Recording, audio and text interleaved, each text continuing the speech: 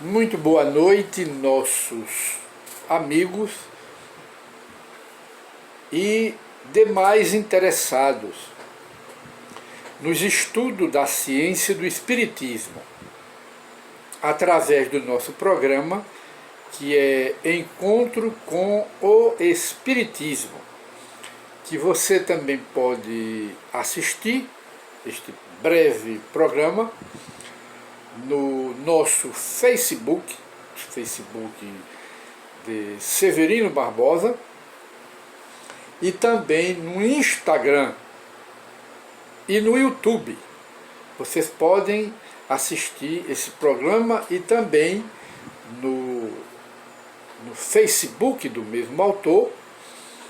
Vocês podem encontrar a leitura em PDF completo da revista espírita Nova Era, Novo Mundo, e no jornal espírita Allan Kardec, essas duas edições da Associação Espírita Adolfo Bezerra de Menezes, que demorou um pouco a sair devido a esse vírus, a coronavírus, que tudo isso vai passar, que muita gente fica pensando que é o fim do planeta, que é o fim da humanidade, que é o começo do dia de juízo, julgamento final. Juízo é julgamento final, na concepção das religiões, que na verdade não é nada disso, é apenas uma provação que a humanidade terrestre aqui está passando, uma provação que nós sabemos na visão do Espiritismo, da filosofia espírita, da religião espírita. Nós sabemos que a criatura humana individual tem suas provas, passando, uns nasce cego, aleijado, surdo, outro não nasce assim, nasce sadio, e depois perde no braço, perde uma perna, não é? Aí explica-se isso pela reencarnação. Perdeu a perna, perdeu o braço. É isso que o deficiente está devendo às leis de Deus. Aí ele resgata dessa forma, porque nós vivemos muitas vidas, muitas existências. É o que o Espiritismo explica, não porque ele criou, não foi o Espiritismo que inventou a reencarnação. A reencarnação é uma lei de Deus, é uma lei da natureza, e que também é o perdão de Deus sobre os seus filhos desobedientes, criminosos contra as suas leis, somos nós. Aí Deus, pela reencarnação, que Ele é amor, não é? Ele é amor, não bota ninguém no inferno, para tirar, nunca mais tirar, não existe. O inferno, cada um cria para si, pela sua conduta, e Deus então manifesta o seu perdão aos seus filhos, trazendo de novo o espírito. O corpo morre, mas a alma é imortal. É a visão do Espiritismo. Aí nos traz de volta, não é isso? Aí quando nos traz de volta, a gente vem com os problemas que a gente criou nas encarnações passadas. Aí volta para resgatar, não é? E depois, se muitas encarnações, aí depois quando não tiver nenhuma impureza no espírito, nada para pagar, a gente não volta mais. É simplesmente isso que o Espiritismo nos ensina. E de maneira que hoje nós, antes de apresentamos o nosso programa, em forma, respondendo algumas perguntas, que nós abrimos o e-mail, o nosso e-mail, hoje, 18 de janeiro de 2021. E encontramos a primeira pergunta de uma pessoa interessada nos estudos para tirar suas dúvidas. Ela pergunta: o que é erraticidade? É um termo muito usado no Espiritismo, na literatura espírita, e que vem do Livro dos Espíritos. Erraticidade. O que é erraticidade? É a pergunta da criatura. Erraticidade é o intervalo entre uma reencarnação e outra. Estamos aqui na Terra. Viemos de onde? Da erraticidade, do mundo espiritual, não é? Na outra encarnação, nós desencarnamos e fomos para o mundo espiritual. Isso é a erraticidade. Passamos um período lá e agora estamos aqui. Então o período entre uma encarnação e outra é o que se chama no Livro dos Espíritos erraticidade. Mas gostaríamos de fazer mais um adendo aí, esclarecendo que só são erráticos, né, os espíritos que estão sujeitos às reencarnações sucessivas, que é o nosso caso, que estamos aqui na Terra. Os espíritos que atingiram a pureza pelas milhares de reencarnações, através dos milhares de anos, não é? Entre eles Jesus de Nazaré, não são espíritos erráticos. Por quê? Porque eles atingiram a pureza. E então, a moradia deles é no seio de Deus, no próprio universo. Eles não têm uma moradia como a gente. A gente tem, que é o planeta Terra. E nem tem a moradia da erraticidade.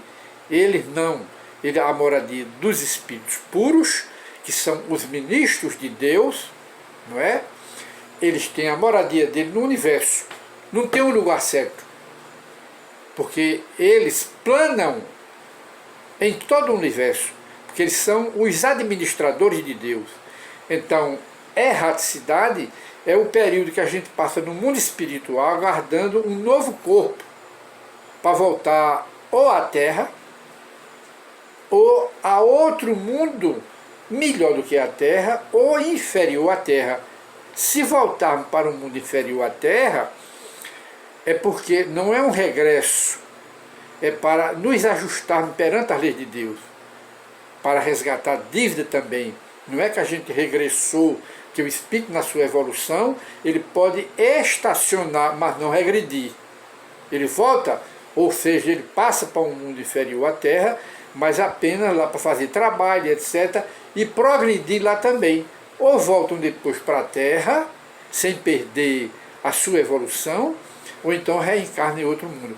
Mas esse período entre uma encarnação e outra chama-se erraticidade. Essa é a resposta que o Livro dos Espíritos nos dá.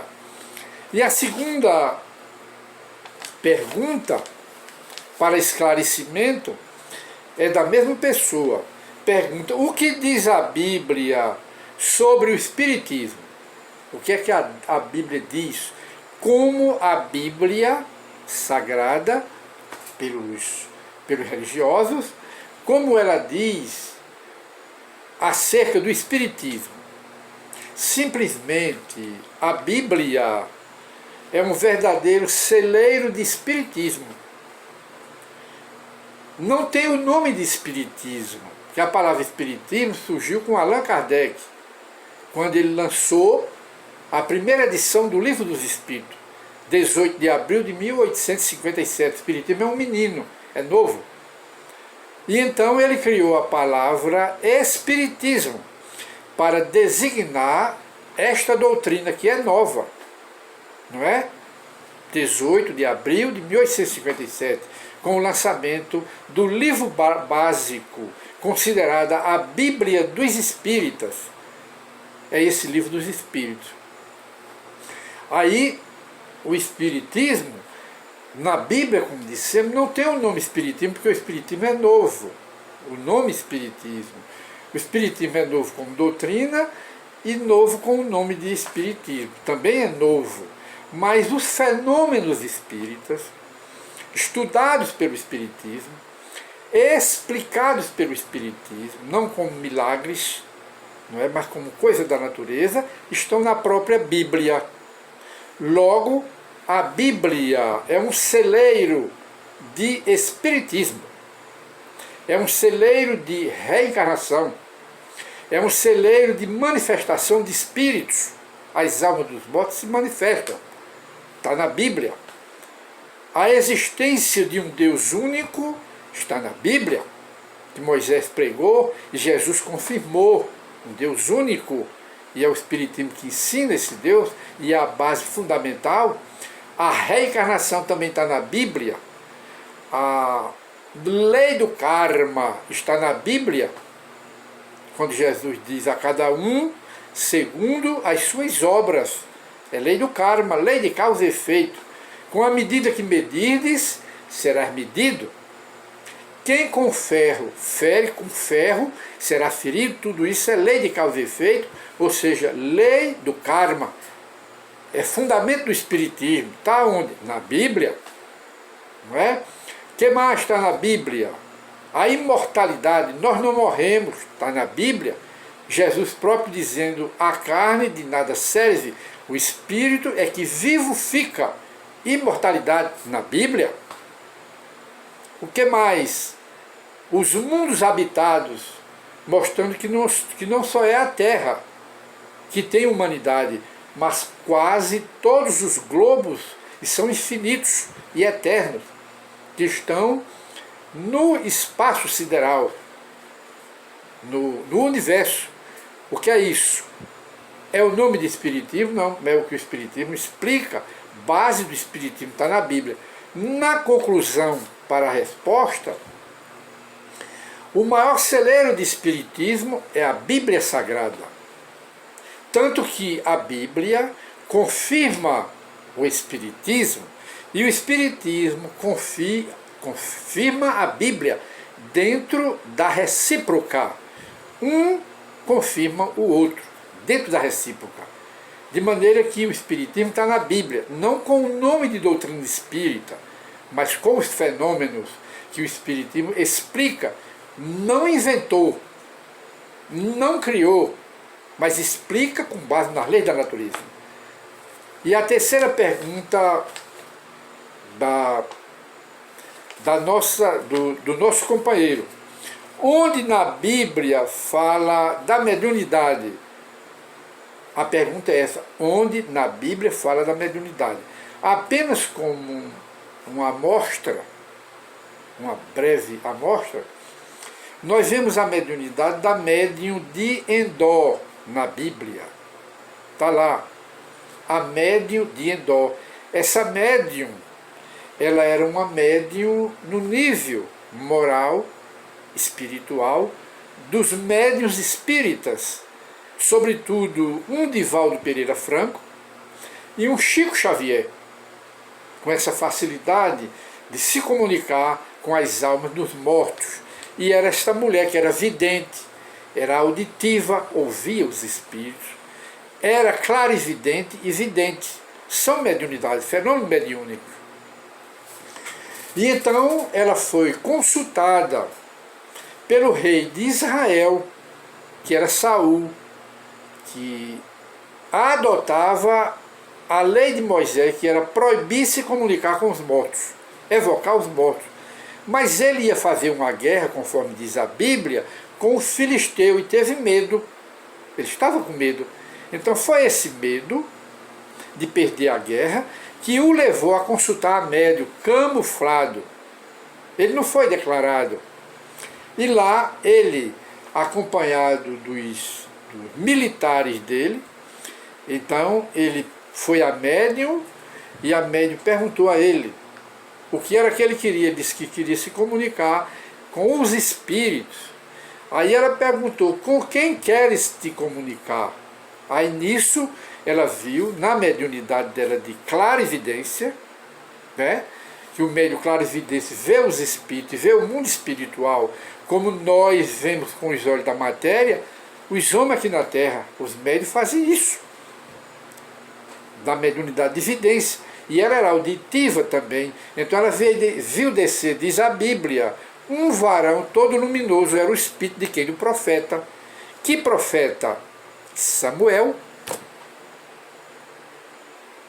E então ela declarou para o rei Saul que o profeta Samuel estava dizendo que ele ia fazer uma guerra contra o filisteu e ia ser derrotado. Passou para ele. E ele então perguntou quem era. Estou vendo aqui o varão de Israel, o profeta Samuel. E é ele que está dizendo isso aí. E você, o senhor, majestade, é o rei Saul. Quer dizer, ele escondeu o que não podia esconder do Espírito, e o Espírito foi quem disse a médium que está falando com o rei o Saul, que ela não sabia então. De maneira que isso é um fenômeno mediúnico entre centenas e centenas de fenômenos de mediunidade que está na própria Bíblia. E nós poderíamos citar outros centenas de casos dessa natureza, mas ficamos só por aqui devido ao tempo do nosso programa e respeitando e dando a resposta à nossa irmã. Voltamos acreditamos que devemos ter atendido a pergunta à luz do Espiritismo sobre essas perguntas que estão sendo feitas. Muita paz, e voltaremos com um novo programa Encontro com o Espiritismo, na nova oportunidade. Muita paz.